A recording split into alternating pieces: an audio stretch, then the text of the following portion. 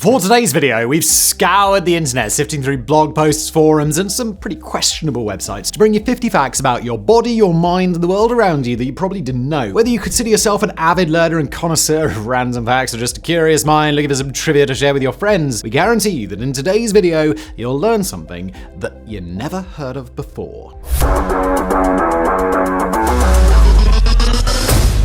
A blue whale can eat 500,000 calories in a single mouthful. Blue whales are the largest animals on Earth, but as far as we know, the largest animals to ever exist in all of history. Being so massive has its advantages. After all, adult blue whales essentially have no natural predators other than a large pack of orcas and, of course, humans. However, maintaining this unbelievable size requires an equally unbelievable amount of food. The main food source for these gentle giants is krill, a tiny crustacean that gets to about half an inch long at their largest. Blue whales hunt them by swimming into a large school with their mouth open and, in a process called filter feeding, close their mouth and push out the seawater while leaving all of the krill trapped inside. In a large gulp, an adult blue whale can swallow more than 450,000 calories of krill in a single bite, more than making up for the 1900 or so that they burn just to open and close their enormous mouth. For a human that eats around 2,000 calories a day, this single chomp would keep them fed for 250 days. Volcanoes on the moon. When we look up at the moon today, all there really is to see is a large, rather stagnant rock covered in various shades of grey. It's easy to think that it was always like this, but millions upon millions of years ago, there might have been quite a different story in the night sky. Analysis of the moon's surface has showed the volcanic activity was quite intense a long time ago, beginning around 3 billion years ago and largely tapering off around 1 billion years ago, long before the evolution of any complex life that we'd recognize today. However, in 2014, NASA announced the discovery of evidence that volcanism may have still been ongoing as recently as 50 million years ago, which, if true, would mean that throughout all the years the dinosaurs ruled the Earth, and even a time after, bright lava could have lit up parts of the moon's surface in immense, awe-inspiring eruptions. Armadillos always give birth to identical quadruplets. It's an incredibly odd sight for a mammal, but every time a 9-inch banded armadillo gives birth, she always has exactly 4 offspring, all of them identical. The reason is because this is the only known vertebrate to split her fertilized egg into 4 genetically identical embryos. It's odd because most animals prioritize genetic diversity to increase the odds of survival, but the 9-banded armadillo just makes 4 clones instead, for some reason. Have you ever wanted to keep your skin feeling as fresh and as radiant as you are? Well, listen up, because today's sponsor is Foreo Sweden, and they have the answer. It's the UFO 3, the ultimate deep facial hydration device. Look, I'm not a skincare guru. I'm not making beauty videos on YouTube. That would be weird. But look, I know, hydrated skin, that's happy, good-looking skin. And that's what the UFO 3 does. It increases your skin moisture by a whopping 126% in just 2 minutes. That's quicker than brewing your morning coffee. It's the amount of time you spend brushing your teeth, and you'll have beautiful skin thanks to it. Why not look good? This can reduce the appearance of wrinkles in just 1 week. And as a man who is rather quickly approaching middle age, I know that's a nice thing. No one wants that. So, what's the secret? Well, the UFO 3 combines 3 things: thermotherapy, cooling cryotherapy, and full spectrum LED therapy to give you the ultimate skincare experience. Plus, they've got an easy mode for when you're on the go. Just press a button and voila, you're good to go. Plus, you can get customized treatments using their app. Foreo's got a special offer for you. Click the link below to get 30% off your UFO 3. And if you use the code 10projects, you'll get an additional 10% discount. And don't wait, this offer is for the first 50 people only, so click that link below. Don't forget to use that discount code. And now back to today's video. Supercontinents of the future. Everyone has heard of Pangaea, the supercontinent that existed over 200 million years ago, which eventually broke apart and drifted into the continents that we know and love today. However, what you may not know is that there's a good chance of it returning, albeit in a slightly different shape. There are a few names for this future supercontinent, such as Pangaea Proxima or Neo-Pangaea, and it's estimated that at the current rate of continental drift, we may expect to see it in the next 250 million years or so. Pangaea Proxima isn't the only model, though. Other researchers have suggested various other potential landmasses, such as Amasia and Orica, all differing in size, location, and timeline, but they all share the idea that all continents will eventually meet back up and merge into one giant landmass. Rubber bands last longer when refrigerated. When a rubber band is stretched, the polymer chains that make it up expel thermal energy due to the motion and the tension. The release of thermal energy gradually leads to the crystallization of these polymers, which is why you'll notice that old rubber bands lose their stretch and instead start to become stiff and crumbly. Because it's ultimately due to heat, this process is accelerated in warm environments, and likewise it is slowed by refrigeration. However, if you plan on keeping rubber bands in the fridge to extend their lifespan, be sure not to stretch them immediately after pulling them out of the cold environment, as the stretching combined with a sudden change in temperature can severely weaken their integrity.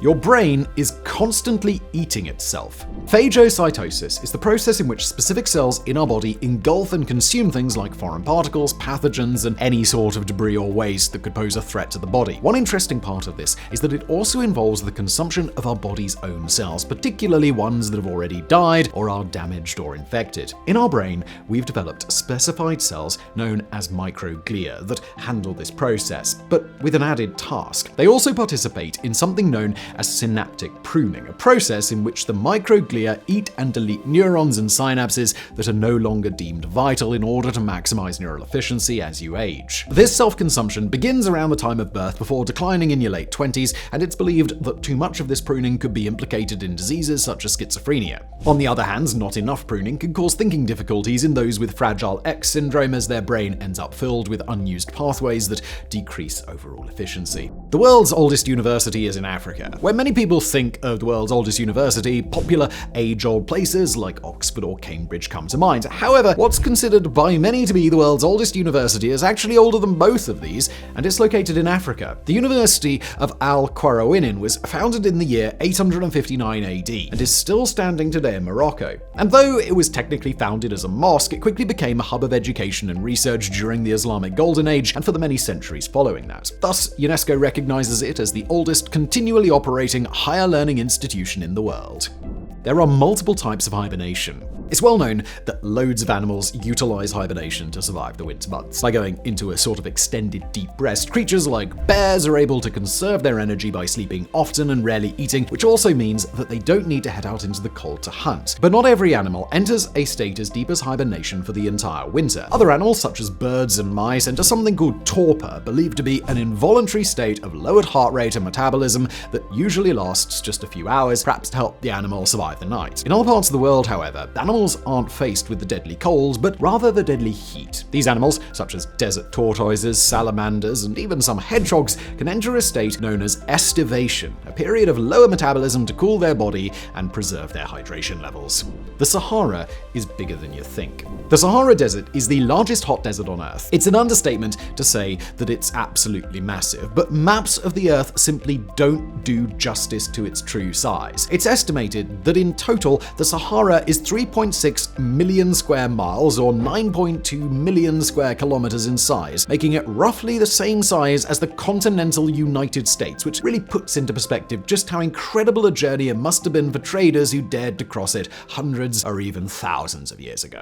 The Pope cannot be an organ donor. In 2011, the Vatican announced a clarification that when the Pope dies, his body belongs to the Church in its entirety and must be buried whole. For this reason, the Pope is unable to donate organs after his death because those organs are the property of the Catholic Church. And even if he were able to, there's a chance the situation could get really complicated. You see, if a person is made a saint, their physical remains and sometimes a few of their personal effects become relics, which throughout Catholic history have been revered as holy items that are used for pilgrimages, to take holy oaths, and, according to some, to perform miracles. If people were to receive the organs of a deceased pope, and that pope were later declared a saint, there would be suddenly a handful of people walking around with official relics inside their bodies. The Earth once became a snowball, perhaps a few times. The Ice Age ended around 11,000 years ago, as the glaciers that covered much of the continents melted, retreating back to their current locations around the ice caps. However, this was far from the only time in our planet's history that ice and snow dominated its landscape. Long ago, perhaps between 650 million and a billion years ago, it's been hypothesized that the surface of our Earth went through a period that has been dubbed global glacification, or snowball Earth. This hypothesis has been drawn from findings of glacial deposits in what should otherwise have been tropical sediments at the time, indicating that perhaps the entire surface of the Earth was completely frozen,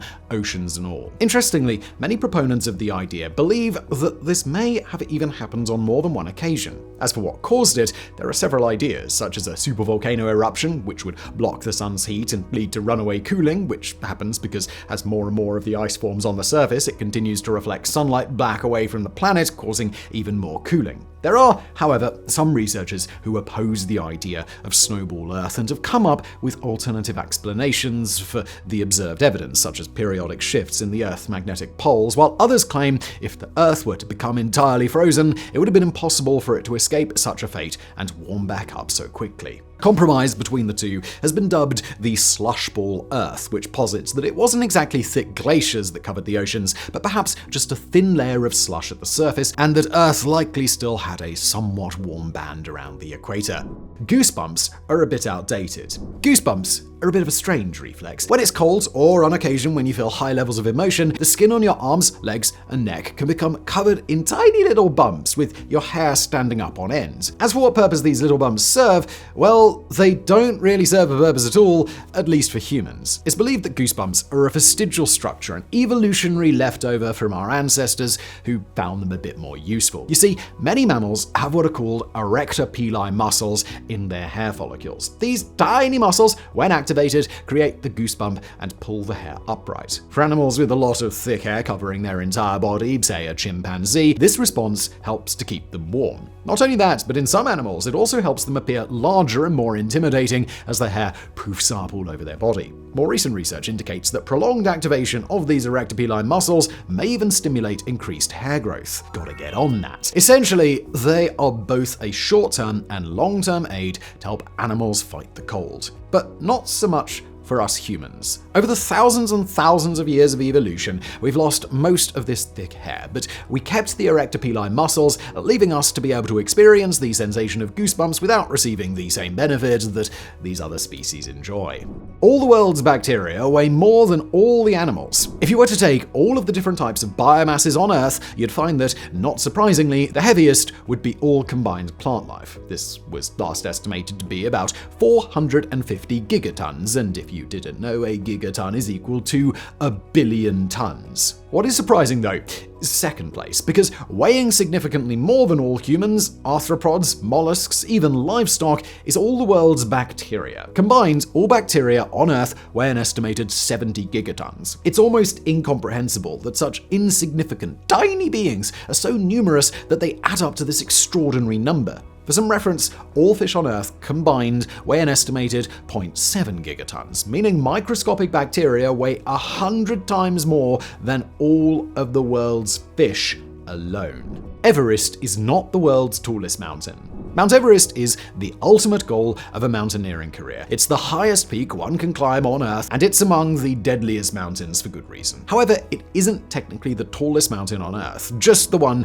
with the highest peak altitude. If we were to hand out the award by measuring height from base to peak, the true winner of the world's tallest mountain would go to Mauna Kea, a dormant volcano in Hawaii. Mauna Kea's secret lies in the fact that most of it is underwater, so while it's only about half as tall as Mount Everest above sea level, if you include the entire mountain underwater, it gives it a staggering height of 30,610 feet, that's 9,330 meters, making it the world's tallest. But by using a different metric, both of these mountains can lose their claim to the throne. If our definition of tallest mountain instead meant furthest distance from the Earth's center, then the winner would be Mount Chimborazo, located in Ecuador. Once again, Chimborazo is quite a bit shorter than Mount Everest in a direct measuring contest, but it's when we take the Earth's shape into account that it rises up. The Earth isn't a perfect circle, and actually bulges a bit at the equator due to centrifugal force created by its rotation. Mount Chimborazo is located just a single degree south of the equator, capita, meaning that it takes nearly full advantage of this extra bulge and comes out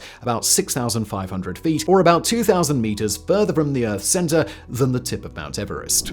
There are 4 national anthems with no lyrics. Some of the most recognizable songs around the world are national anthems, and the meaning in the songs generally has to do with something like an important historical battle, such as the US national anthem, or a revolution, like the French national anthem. Others have been outright hilarious, such as the official anthem of the Soviet Union, ironically beginning with the words "Unbreakable Union," which was sung right up until the day the Union became rather breakable. But some countries don't even give us a chance to analyze the lyrics of their national anthems, as they have none. 4 nations on Earth have official national anthems which are purely instrumental. The first and oldest of these is Spain's, the Marcha Real, which was first published in 1761. Bosnia and Herzegovina also have a wordless anthem, which was adopted in 1999 due to political problems with the previous one's lyrics following the breakup of Yugoslavia. Right next door is Kosovo, also with no lyrics and officially adopted in 2008. And finally, we have the instrumental anthem of San Marino, which is over 100 years old. One thing that these pieces all have in common is that there are several versions of unofficial lyrics, sometimes even taught in school, but their governments have never approved these words for official use. Tongue prints may be the future.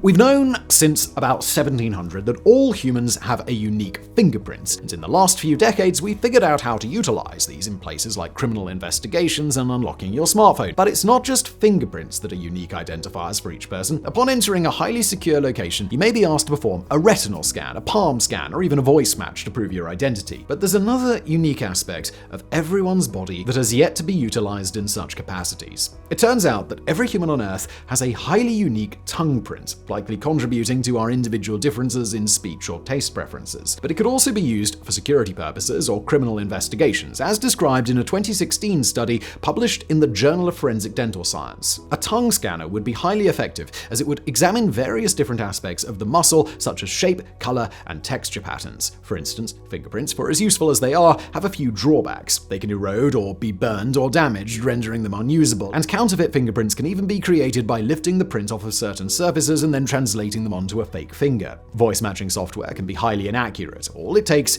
is a sickness or injury, and suddenly your voice is entirely different, not to mention AI could easily create false voices. None of this would be achievable if a tongue was the scanned object, and possibly not even so after death. The researchers recommend a scanner in which the participant opens their mouth and stretches out their tongue. This allows for the database to analyze several factors simultaneously, and possibly even pairing it with facial recognition software for added security. The largest cave on Earth was found by a logger.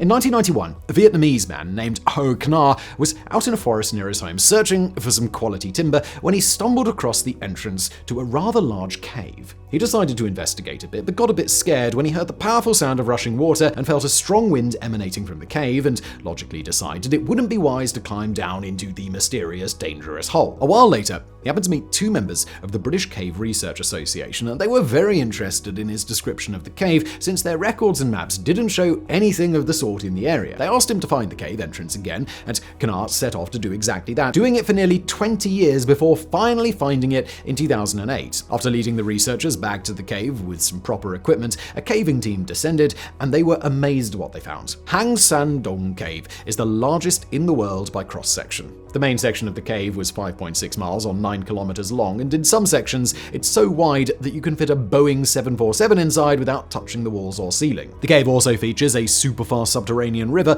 also one of the largest of its kind in the world, some of the tallest known stalagmites in the world, and cave pearls the size of oranges. It was a truly spectacular find, and one that would likely still be undiscovered if it weren't for one man dedicated to finding it a second time. The largest living organism on Earth isn't what you think it is. If you were to guess what the largest living organism on Earth is, you might guess a fully grown blue whale, or perhaps General Sherman, the largest giant sequoia tree. But there's something much larger than both of these, though the answer isn't quite what you'd expect. By mass, the heaviest known organism is an aspen tree named Pando, found in the US state of Utah. At first glance, Pando looks more like a forest or a grove of trees, but it's actually all a single organism with a single root system, in total weighing more than 13 million pounds, that's nearly 6 million kilograms. This is known as a clonal organism, and essentially it reproduces by cloning itself and growing that new organism out of its own body, which in this case is the roots. Another fun fact about Pando is that it's around 80,000 years old, making it one of the oldest organisms on the planet as well. But if we want to go by size instead of mass, the largest organism would probably be the humongous fungus, an occurrence of Armadillo ostoi found in Oregon. It might sound odd, but as the fungus spreads, it is technically considered one organism. And thus, the humongous fungus takes the crown by covering a whopping 2,385 acres of land, making it almost as big as the entire London Heathrow Airport. Wimbledon is very particular about their tennis balls. It's not easy being the most prestigious tennis event in the world, and to ensure the high level of quality in every possible way, Wimbledon is extremely particular about the storage and care of the tennis balls. At the Wimbledon Open, the tennis balls are a Slazenger Wimbledon official, and even before arriving, they undergo a rigorous quality assurance test to be certain that they contain no defects. Then, until they are used in a game, the balls are kept refrigerated at 68 degrees Fahrenheit or 20 degrees Celsius to further preserve their optimal conditions before the match. Throughout the entire event, more than 55,000 of these balls will be used, after which they'll be sold off to fans, recycled, or donated to charities such as the UK Wildlife Trust, which repurpose them as homes for mice.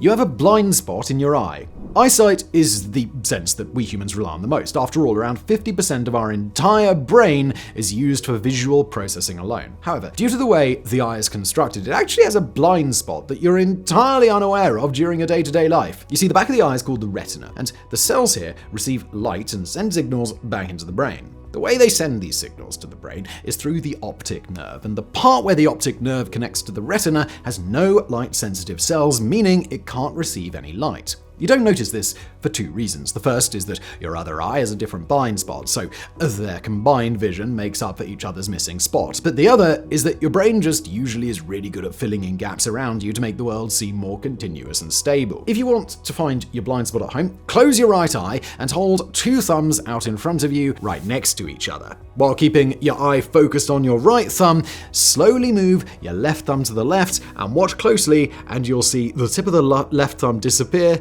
at a certain spot. Congratulations, you've just found the blind spot in your eye. And if you have a single colored wall as the background, don't be surprised if your brain filled in the place where your thumb was with that same matching background, because brains are cool.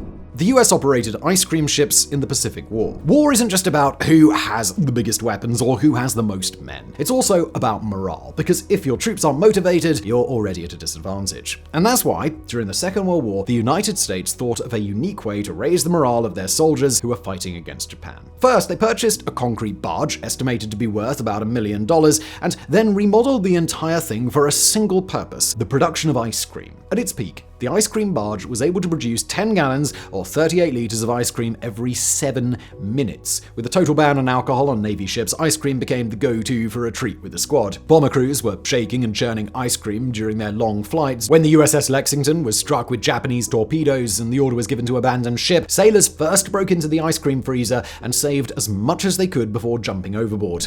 Nutmeg contains a hallucinogen.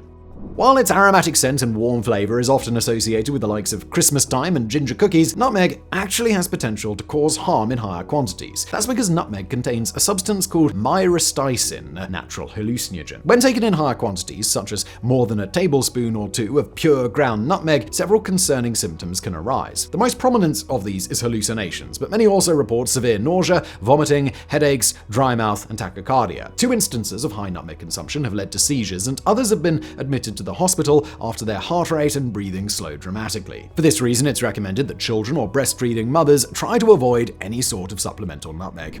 The world's largest nuke was almost twice as powerful.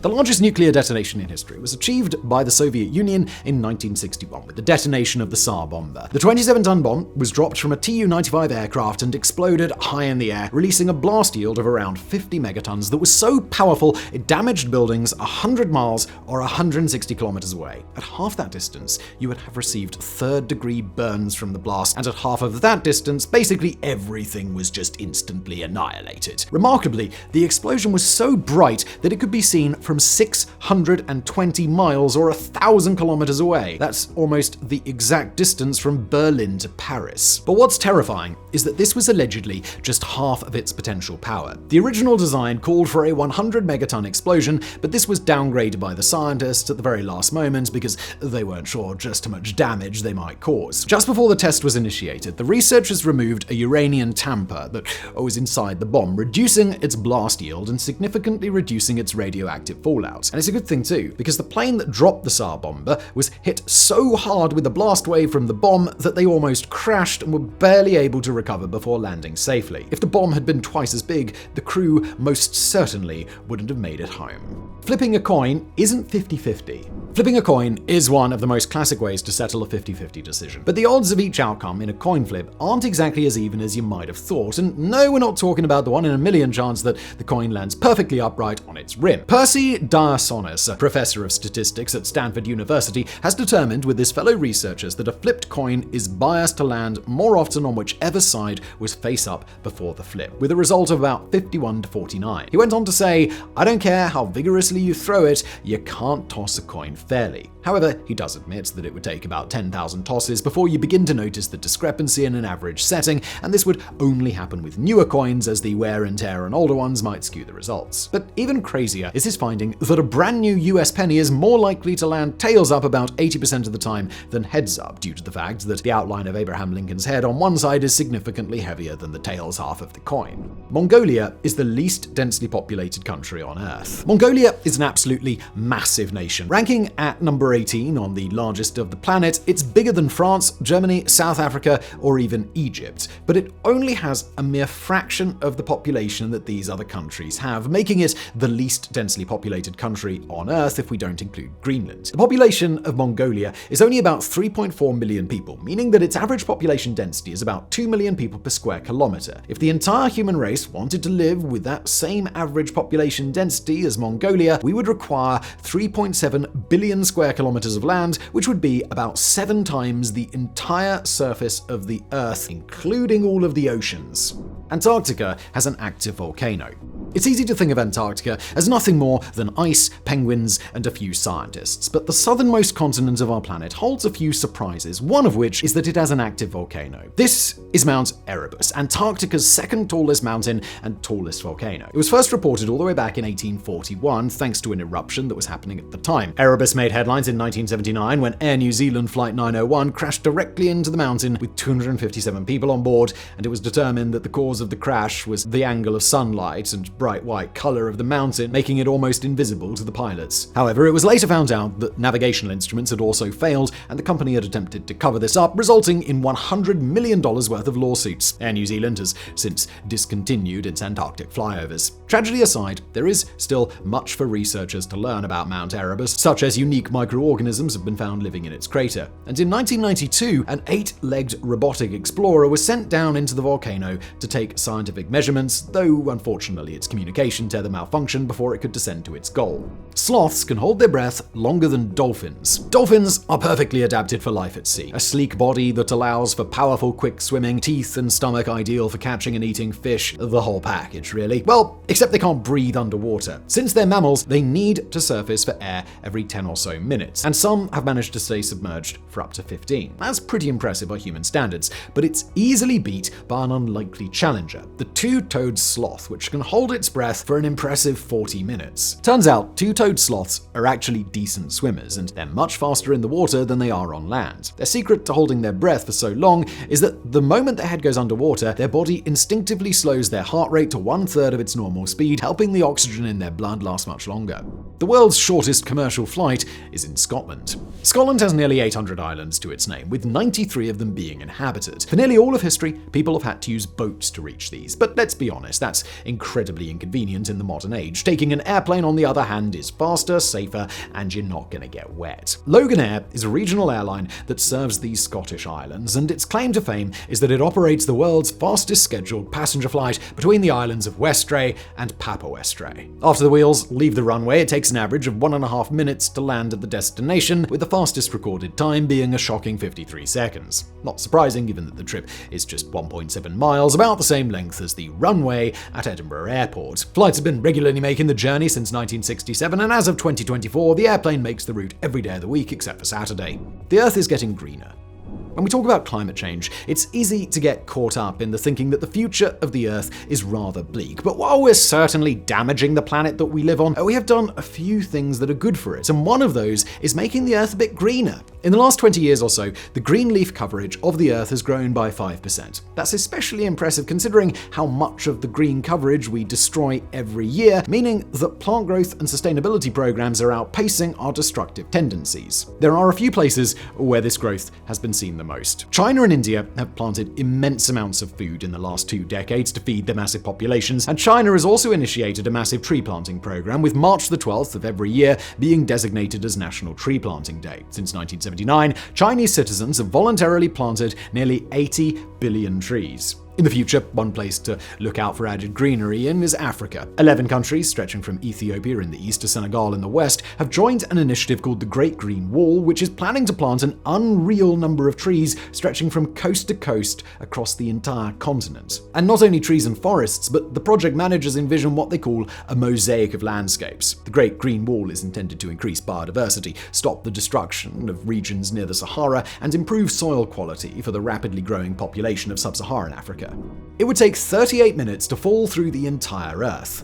Imagine a billionaire decides to create the ultimate skydiving thrill. Instead of falling from an airplane, he wants to fall through the floor, all the way through the Earth and out the other side. Somehow, science aside, he manages to drill a human-sized hole straight down through New York City, and he pops up in Augusta, Australia. If he jumped down this really long tunnel, physicists figured out in the 1960s or so that assuming the tunnel is also a vacuum, the momentum from reaching terminal velocity on the way down is more than enough to propel you to the other side, even though gravity would be pulling in the opposite direction for the second half of the trip. In total, they calculated that it would take you about 42 minutes and 12 seconds to reach the other side. And once you arrive, you better grab a handle of some sort, otherwise you'll start falling back down toward where you came from in a pendulum motion that ends with you getting stuck in the center of the Earth. The original calculations were advanced enough to take into account that the force of gravity would weaken as you approached the core, but they forgot to take into account that different layers of the Earth have different densities. A more recent calculation by physicist Alexander Klotz places the one-way trip time at 38 minutes and 11 seconds, which would certainly make it possible to get from Buenos Aires to Shanghai and back before your boss ever noticed. The vehicle with the highest mileage is a 1966 Volvo. Irvin Gordon is the owner of a 1966 Volvo 1800s, which holds the world record for the longest distance ever traveled in a personal car, with its most recent odometer reading showing a staggering 3,039,122 miles, equivalent to about 5 million kilometers. He says that his secret is regularly changing the oil every 3,000 miles and treating the car with care at every step. Throughout the vehicle's lifespan, he says he's gone through 33 sets of tires and has changed 492 spark plugs. His proudest feat on the vehicle is that the original clutch lasted for 450,000 miles, about 4 times longer than most. What happens here is a combination of quality Swedish engineering and a customer who knows how to take care of his product. Total computing power doubles every 2 years. Ever since the onset of computers in the modern age, there has been an exponential growth in the speed and power of devices around the world. A more direct observation is that the number of transistors that can fit on a computer chip tends to double about every 2 years with minimal cost increases. This is known as Moore's Law, and when looking backward in time, it reveals some interesting information about computers of the past. For example, the Apollo guidance computer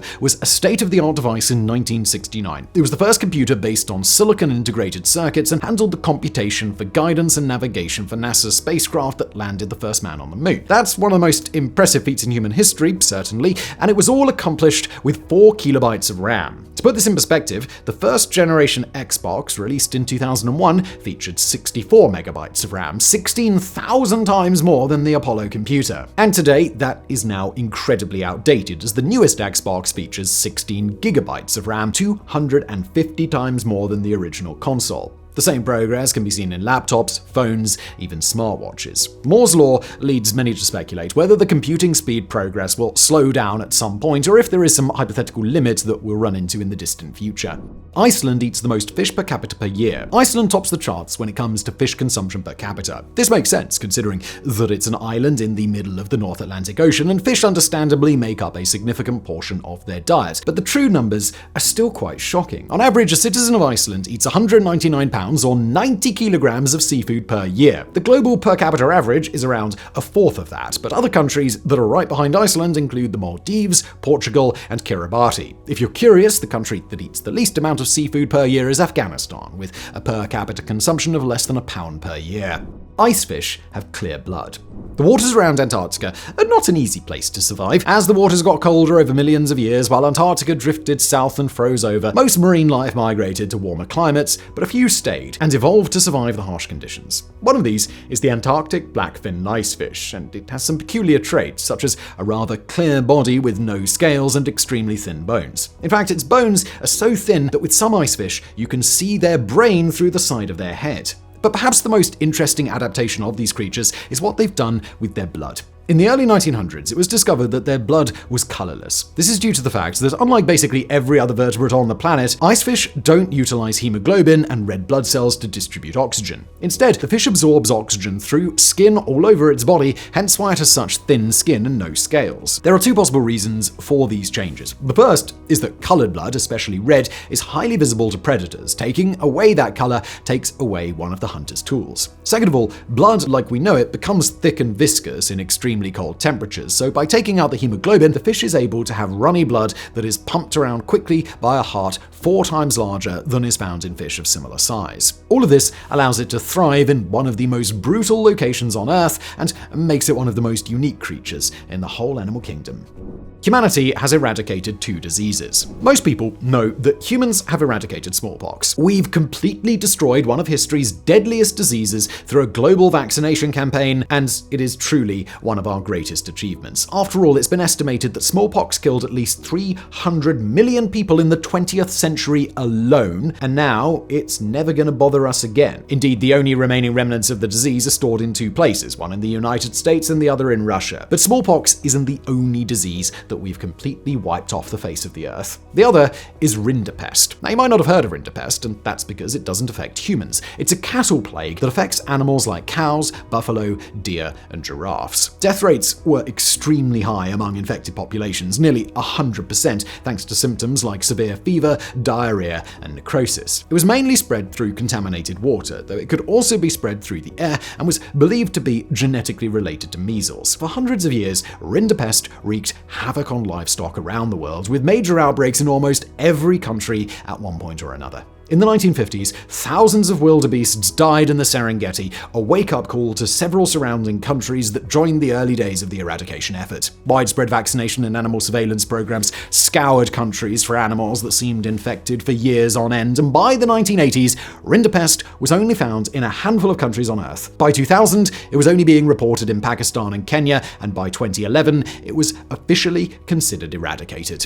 Dolphins have their own names. It's no secret that dolphins are highly intelligent animals. They could demonstrate self-awareness, problem-solving skills, and are overall quick learners. But most importantly, for a while now, we've suspected that their chattering is more than just vague noise to imply emotion, but it's actually more like a language. Recent findings support this idea with the discovery that dolphins seem to have their own name. It's known as a signature whistle, a very specific frequency that they use to assert themselves and their location when traveling in pods. This has been known since the 1960s, but recent findings show that they may not just use their signature whistle to announce their presence, but also respond to it when called. One researcher from the University of California, San Diego, described how dolphins would respond to their whistling by repeating the same whistle back, as if saying, "Yes, I'm here. Did you call me?" This research was performed off the coast of Scotland with a group of wild dolphins that came up to interact with the researchers. They recorded their signature whistles that the dolphins seemed to introduce themselves with and got the same whistle as a reaction when playing it back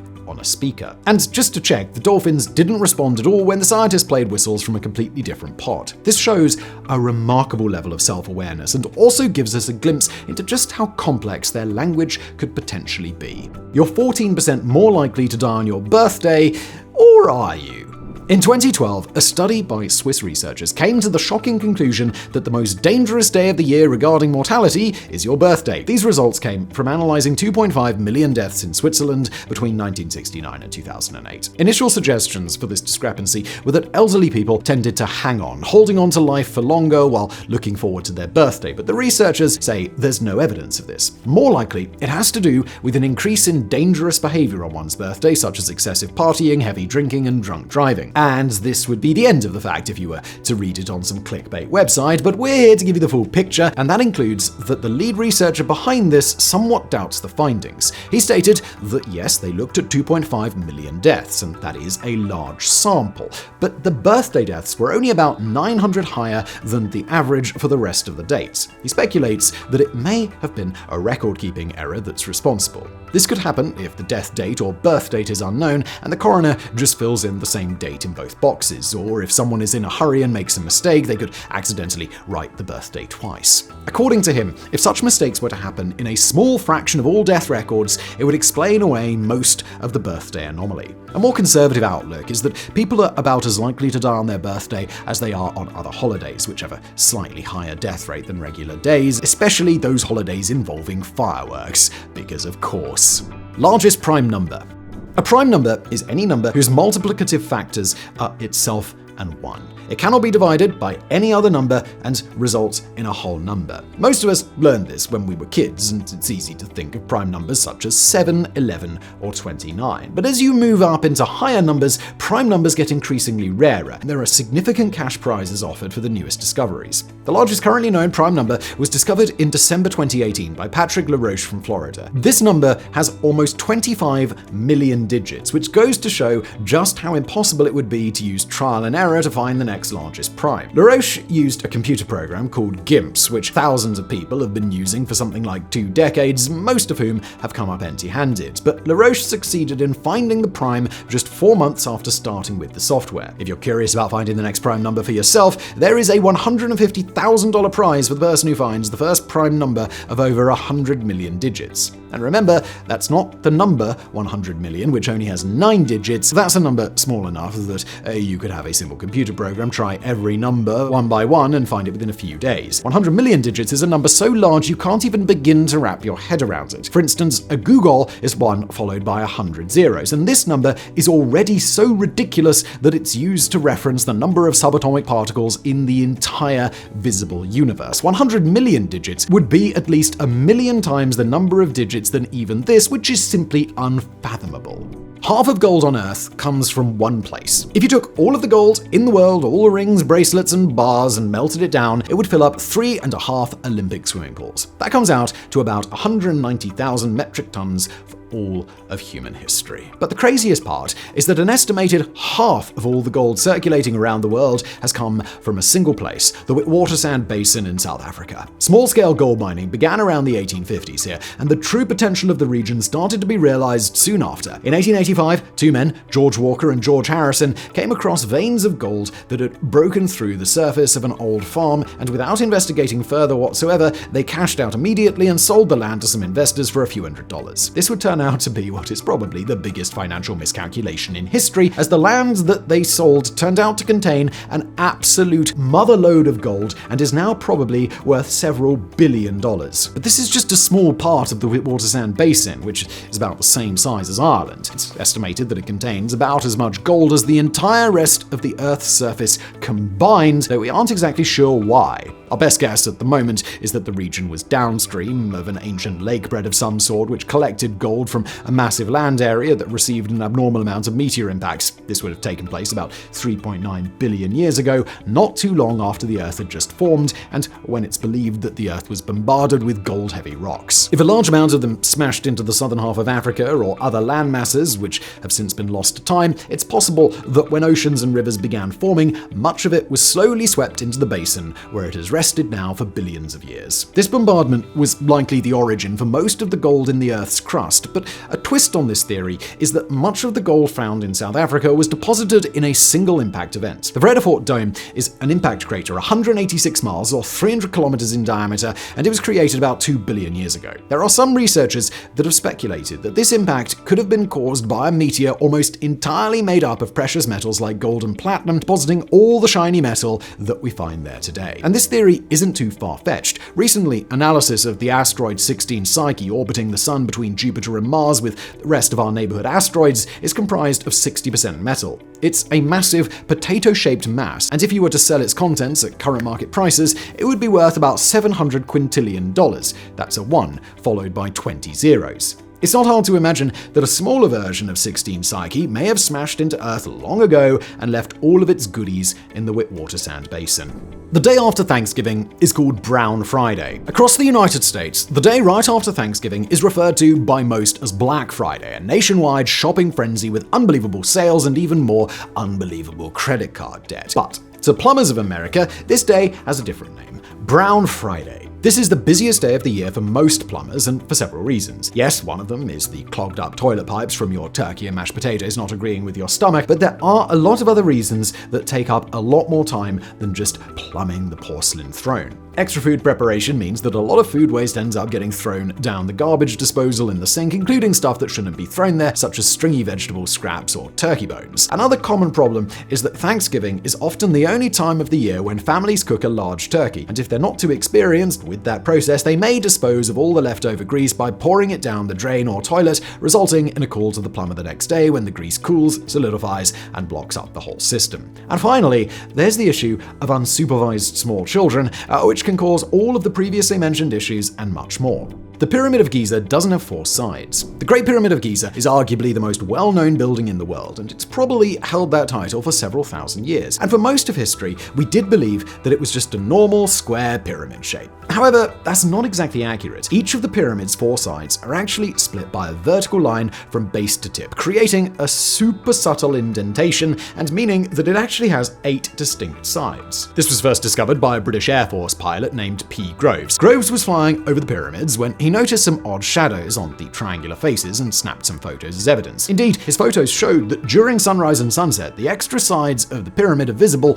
but really only from the sky. Also of interest is that the concave indentations are especially visible during the spring and autumn equinoxes, possibly adding further meaning to their purpose and showing once again that our ancestors were far more intelligent than we give them credit for. Either that, or it was aliens. Humans can see ultraviolet light.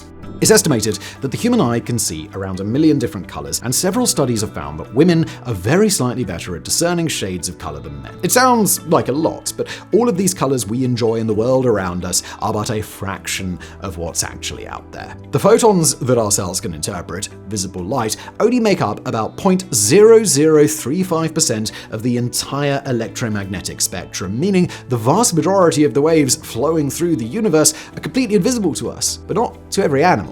Bees, for instance, have a different range of color perception than we humans have. Like people, they are trichromatic, meaning they see color through a combination of 3 light channels. But unlike the human eye, which uses red, green, and blue, bees use green, blue, and ultraviolet light. While it makes it harder for them to see red, it does allow them to see specific patterns on plants that we can't perceive. Many birds can see ultraviolet as well, and some even include ultraviolet colors on their plumage to attract males. Hearing this, you might feel left out. However, there is a way for humans to see in the ultraviolet spectrum. It turns out our eyes are perfectly capable of detecting it, but our lens filters it out as it's deemed harmful or at the very least not useful. In several instances, people who've lost the lens of an eye due to injury or surgical removal have suddenly gained the ability to perceive this ultraviolet light, a condition known as aphakia. They describe it as a bright whitish blue or bright violet color. Unfortunately, this ultraviolet often dominates their sight, turning everything a shade of blue, a condition called synesthesia. This is usually treated with special contacts or an artificial lens implant. A ferret was once employed at a particle accelerator. In 1971, the particle accelerator at Fermilab's Mason laboratory had a problem. Their massive particle accelerator was on a time crunch with their inventors, but some of the magnets kept breaking whenever they turned it on. After some investigation, they found that the cause of the issue were tiny metallic slivers that had fallen into the tubes each time the magnets were replaced. It wouldn't have been possible to manually clean all of the pipes, and even if it were, it would have been far too time-consuming at this point in the project. And so the researchers came up with a clever idea. Felicia the ferret. Felicia, wearing a diaper to prevent another contaminant, wore a special collar that towed around a rag dipped in a special cleanser. After training her on some smaller pipes, Felicia performed flawlessly on the accelerator, running through the entire thing and emerging from the other side with a rag covered in dust and tiny metallic bits that she'd picked up along the way. For her efforts, she was spoiled by the scientists, even fed chicken and a hamburger after successful runs. The banana tree is not a tree at all. Banana trees produce everyone's favorite yellow fruit, well, except they aren't actually trees. Falling into the same group as mint and rosemary, the banana tree is technically a herb, and the key here is the trunk. For a plant to be considered a tree, it needs to have bark, and the trunk of a banana tree is little more than thick layers of fibrous leaves, no bark in sight. In fact, banana trees don't even have a traditional root system. Instead, they have something called a corm, more like an underground bulb. You can feel limbs that don't exist. On the surface of your brain, on a little strip stretching from ear to ear, known as the somatosensory cortex, your entire body has been mapped out and organized for the brain to decipher incoming information. For example, when you touch something with your arm, those neural signals travel all the way back to the brain, and with this little map, the brain knows where to perceive the sensation. But the weird thing is, this map of your body stays completely intact even when your body changes. If you get your arm cut off, for example, your brain still has the capabilities of feeling sensation in the cortex, leading you to feeling sensations in a limb that no longer exists. This is known as phantom limb syndrome, and it's actually quite common for amputees. Sensations can include itching, burning, or tightly clenched fists. Thankfully, there are a couple of treatments. The most effective treatment is the use of a mirror box, which uses the reflection of the opposite remaining limb to trick the brain into thinking it once again has control of the missing one for a short time. People have survived falling from a plane. For anyone that's afraid of heights, skydiving is among the scariest things imaginable. But how about skydiving without a parachute? It sounds like certain death, and indeed we do not recommend attempting it at home. However, it is actually possible to survive such a fall, as shown by Yugoslav flight attendant Vesna Vulovic. Vesna was working aboard JAT Flight 367, flying over Czechoslovakia in January of 1972, when a briefcase bomb exploded in the luggage hold, tearing the plane into several pieces and sending tumbling out of the sky. Vanessa fell unconscious, and while stuck in part of the falling fuselage, fell 6.31 miles or 10 kilometers before smashing into fresh snow on the ground. Remarkably, a nearby villager heard her screaming for help, came to her aid, and managed to tend to her wounds until an ambulance could arrive. She spent nearly a month in a coma, had 3 broken vertebrae, broken both legs, several broken ribs, a fractured pelvis, and was even temporarily paralyzed from the waist down, but she ended up making a full recovery. Incredibly, she has no fear of flying after the incident and wanted to return to being a flight attendant, but her boss instead promoted her to a desk job and kept her out of the skies. As for what saved her life, other than the snow breaking her fall a bit, investigators believe that she may have become trapped in a food cart during the descent, and was also aided by a history of severely low blood pressure, which caused her to pass out quickly after the cabin depressurized and prevented her from having a heart attack. Low blood pressure would normally have disqualified her from being a flight attendant in the first place, but she said she drank a lot of coffee before the medical exam prior to hiring. Your hair has gold in it. While the majority of your body is water, fats, and proteins, there are minute, trace amounts of many different elements scattered throughout you. In the average human body, there are about 2 milligrams of gold at any given point, which has entered our body either through our water, food, or even air. Your body excretes this gold through your skin and hair, meaning that at any given point, if you had some way to extract and purify it, you could make about 1/3 of a US cent from the gold in your body.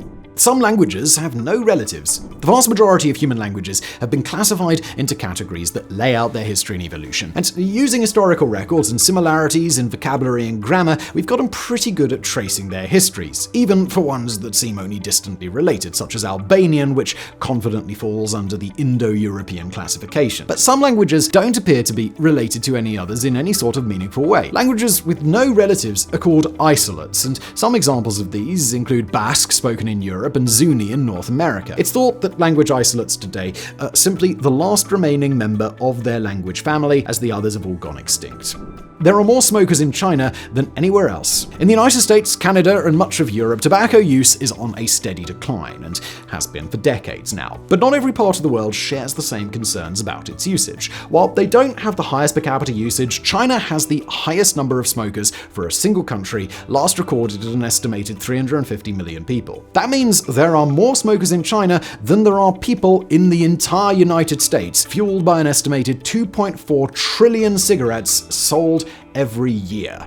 Your skin cannot detect wetness. It may come as a surprise, but the receptors on your skin actually don't have any way to directly detect if something is wet. Nerves in your skin can detect pressure, pain, warmth, and cold, and that's really about it. Everything else you feel comes down to a combination of these and other contextual clues that your brain picks up on. When it comes to something being wet, the context of consciously knowing that your hand is in liquid and the expected temperature difference are how you easily know that you just got splashed, but without the context like this, your brain has no idea. Because of this, you can trick it pretty easily. Put on a latex glove, dip it in water, and then remove the glove, and you might feel moisture on your hand, even though there isn't any. Likewise, smooth, cold metal often makes you second guess whether or not a surface is dry, since the temperature drop on your skin immediately messes with your head.